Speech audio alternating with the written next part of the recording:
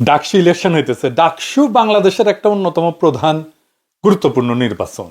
সারা দেশের আগ্রহ থাকে। আমি কয়েকদিন আগে লিখছিলাম যে ছাত্র শিবির বিপুলভাবে জিতবে।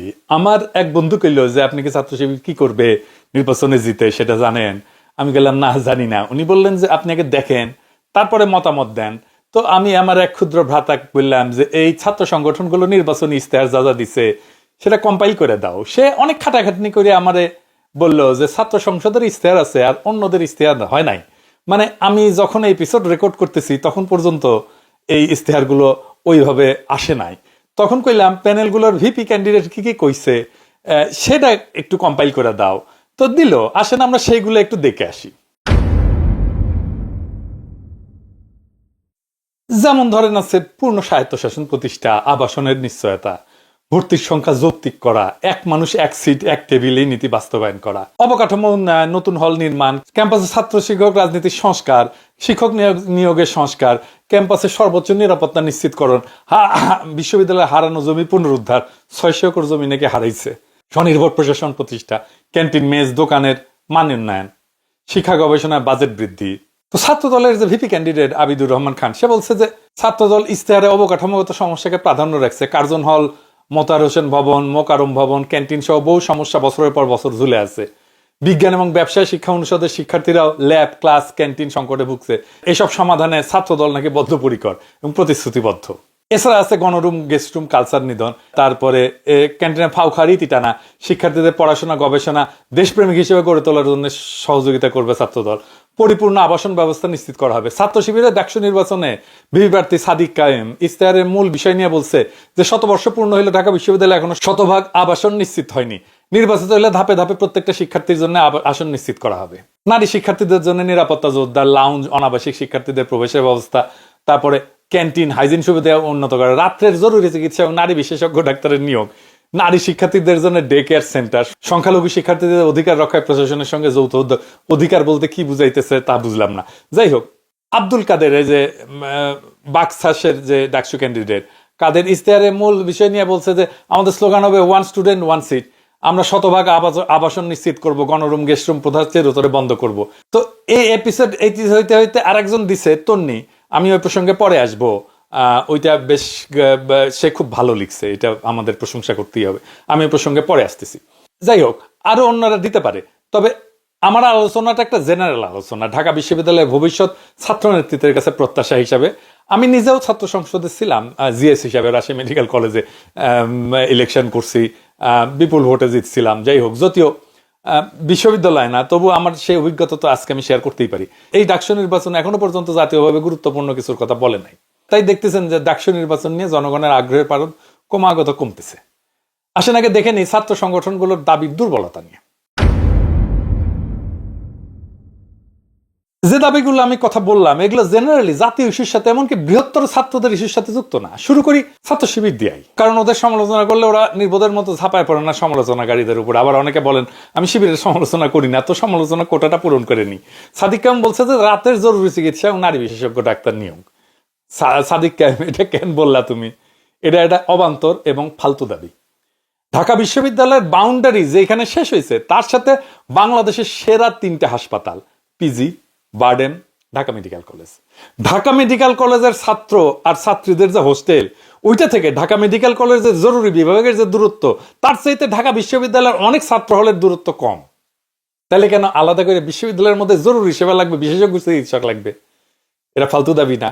ঢাকা বিশ্ববিদ্যালয়ের নিজস্ব চিকিৎসা সুবিধা আছে কিনা জানি না, থাকলেই 3টা হাসপাতালের সাথে চুক্তি করা উচিত ছাত্রছাত্রীদের চিকিৎসার জন্য।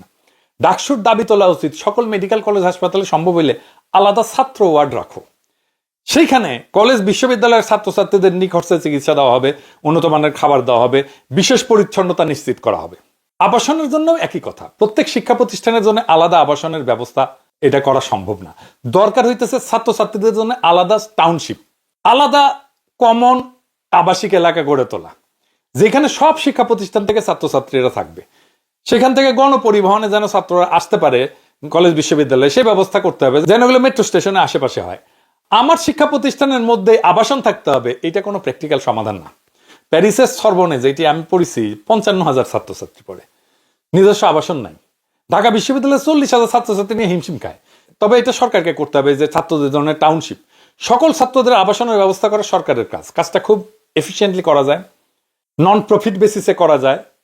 আর এইটা নিয়ে ডাকসুর কিছু করার নাই। মানে ধরেন ঢাকা বিশ্ববিদ্যালয়ের টাকা নাই, সরকারের টাকা নাই, ডাকসু চিল্লাইলা হয়ে যাবে আবাসন সমস্যার সমাধান, কোনোদিন হবে না। বরং ডাকসু যেটা করতে পারে, চিল্লাইলা যেটা সম্ভব করে তুলতে পারে, সেটা তাদের নির্বাচনী ইশতেহারে দিতে পারে। কি কি সেটা? ঢাকা বিশ্ববিদ্যালয় সহ সকল বিশ্ববিদ্যালয়ের মূল সমস্যাটা কি বলেন তো? সমস্যাটা শিক্ষার, লেখাপড়া হয় না, শিক্ষকরা ক্লাস নেয় না, ধান্দা করে, কনসালটেন্সি করে, খ্যাপ মারতে যায়। যাদের শিক্ষক হওয়ার যোগ্যতা ছিল না তারা শিক্ষক হয়েছে, শুধু তাই না, শিক্ষকদের নেতাও হয়েছে। পাবলিক বিশ্ববিদ্যালয়ে 24% শিক্ষক অনুপস্থিত থাকে, খ্যাপ মারে। তাহলে চিন্তা করেন কি পরিমাণে অপচয় হইতেছে। এই যে বিশ্ববিদ্যালয়ের শিক্ষক 16,399 জন, এর মধ্যে 8,800 জনই নিয়োগ হয়েছে আওয়ামী লীগ আমলে। তো রিজভি ভাই কয়েকদিন আগে একটা খুব ভালো কথা বলছিলেন, দামি কথা। ঢাকা বিশ্ববিদ্যালয় ফ্যাসিবাদের প্রাণকেন্দ্রে পরিণত হয়েছিল। বণিক বার্তা একটা খুব ইন্টারেস্টিং রিপোর্ট হয়েছিল, শিরোনাম ছিল ফ্যাসিবাদী কাঠামো তৈরিতে মুখ্য ভূমিকায় ছিলেন ঢাকা বিশ্ববিদ্যালয়ের শিক্ষক এবং সাবেক শিক্ষার্থীরা। লিখতেছে যে 2009 থেকে 2017 সাল পর্যন্ত দায়িত্ব পালন করেন তিনি, মানে ওই যে আরেফিন। তার সময় ঢাকা বিশ্ববিদ্যালয়ের শিক্ষক নিয়োগের দলীয়করণ সহ ব্যাপক অনিয়মের অভিযোগ ওঠে। শিক্ষাগত যোগ্যতা শিথিল, ন্যূনতম যোগ্যতা পূরণ না করে শতাধিক শিক্ষককে নিয়োগ প্রদান করা হয়। বেশ কয়েকটা বিভাগে নিয়োগ বিজ্ঞপ্তি প্রকাশ না করে এবং পদের অতিরিক্ত সংখ্যক শিক্ষক নিয়োগ করা হয়। এইগুলা খুঁজে বের করতে হবে এরা কারা। এছাড়া বলতেছে যে এর আগে ঢাকা বিশ্ববিদ্যালয়ের শিক্ষক নিয়োগের ক্ষেত্রে মেধা তালিকায় স্থান পাওয়া শিক্ষার্থীরা গুরুত্ব পেলেও তার মেয়াদকালে মেধা তালিকায় থাকা শিক্ষার্থীদের বাদ দিয়ে ছাত্রলীগের পদধারীদের নিয়োগ দেওয়ার অভিযোগ ওঠে। এরা কারা এটা খুঁজে বের করতে হবে না? এরাই ক্লাস নিত না, এরাই ধান্দাবাজি করে বেড়াতো। তার মানে হাসিনার ফ্যাসিবাদের মূল মস্তিষ্ক ছিল ঢাকা বিশ্ববিদ্যালয়। সেইখানে যদি ফ্যাসিবাদ বিরোধী ছাত্ররা নির্বাচন করে, তাদের মূল রাজনৈতিক প্রতিশ্রুতি কি হওয়া উচিত? খুবই সিম্পল, বলেন কি হওয়া উচিত? ঢাকা বিশ্ববিদ্যালয়কে ফ্যাসিবাদ মুক্ত করা। কারো কর্মসূচি দেখছেন এটা নিয়ে? নাই, কারো কাছে নাই এই কর্মসূচি যে ঢাকা বিশ্ববিদ্যালয়ে যারা ফ্যাসিবাদের দোষর ছিল তাদের আইডেন্টিফাই করা হবে এবং তাদেরকে বিশ্ববিদ্যালয় থেকে খেদানো হবে। অযোগ্য ছাত্রলীগ থেকে নিয়োগ পাওয়া শিক্ষক কারা তাদের আইডেন্টিফাই করা হবে এবং তাদের পাশায় লাথি দিয়ে বের করে দেওয়া হবে। তারপরে আর কখনো যেন অযোগ্যরা শিক্ষক হইতে না পারে সে ব্যবস্থা করতে হবে। সেটা ওই ডাকসু নির্বাচনে ইস্তারেই হইতে পারে। কি সেটা? বিশ্ববিদ্যালয়ের শিক্ষকদের মূল্যায়নে ছাত্রদের কোনো ভূমিকা নাই। শিক্ষকদের মূল্যায়নে ছাত্রদের ভূমিকা থাকতে হবে, তাইলেই শিক্ষকরা ছাত্রদের উপরে অনৈতিক চাপ প্রয়োগ করতে পারবে না। আবার অযোগ্যরা শিক্ষক হিসেবে চাকরি পাবে না। গবেষণা তহবিল বাড়ানোর কথা বলছে অনেক প্যানেলে। গবেষণা তহবিল কার আনার কথা? অধ্যাপকের আর তার টিমের, তাই না? ঢাকা বিশ্ববিদ্যালয়ে গবেষণা তহবিল করে চিল্লায়।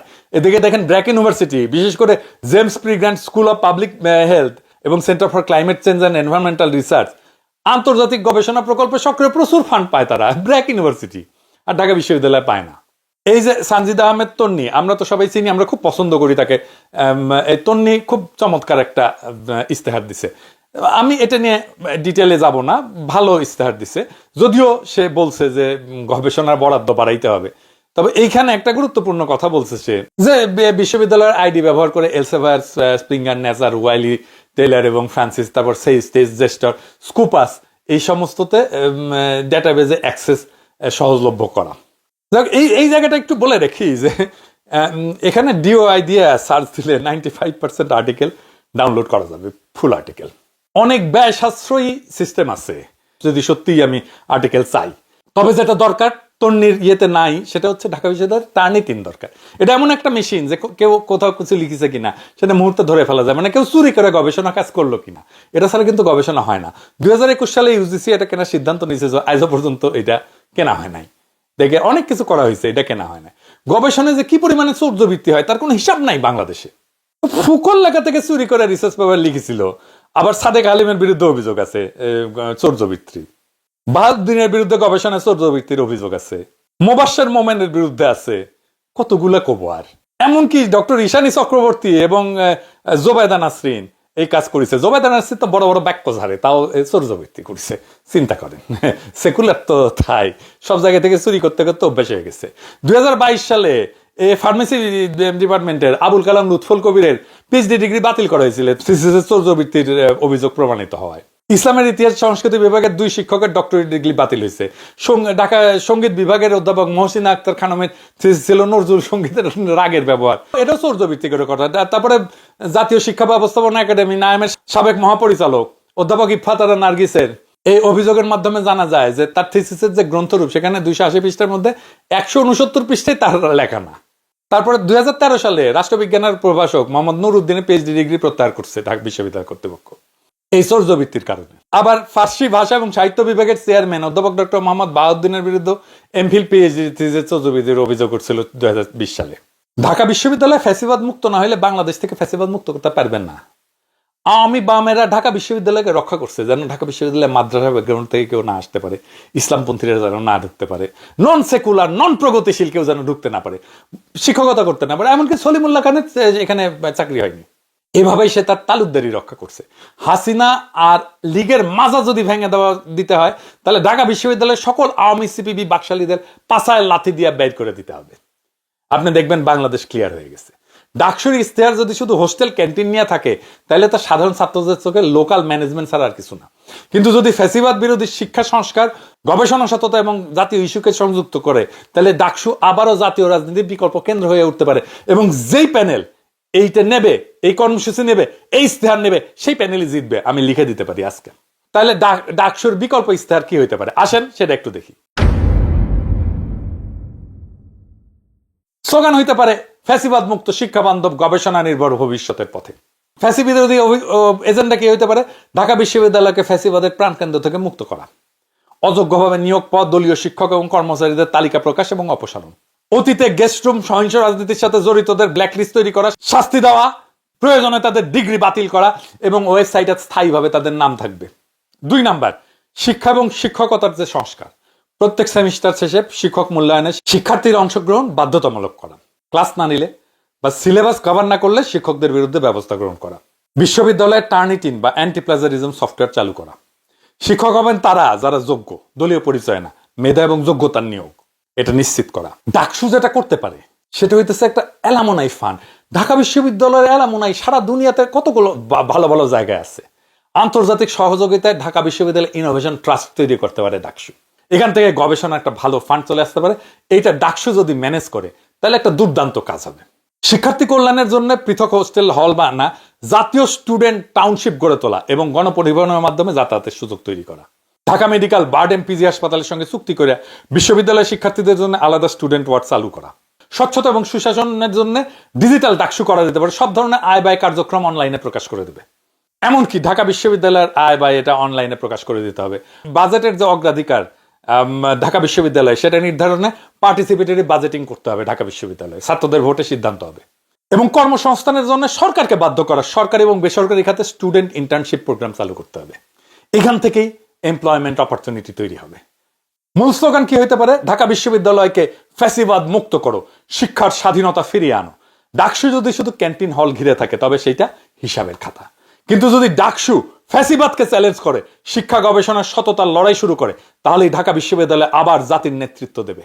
ঢাকা বিশ্ববিদ্যালয়কে ফ্যাসিবাদ মুক্ত করে শিক্ষার স্বাধীনতা ফিরে আনা যদি কারো ইস্তেহার হয়, সেই প্যানেল জিতবে, সেটা এখন যেই অবস্থাতেই থাকুক না। এই কয়দিনের মধ্যেই তারা দেখবেন ঢাকা বিশ্ববিদ্যালয়ের ছাত্রদের সবার সাপোর্ট, সমর্থন এটা নিয়ে আসতে পারবে।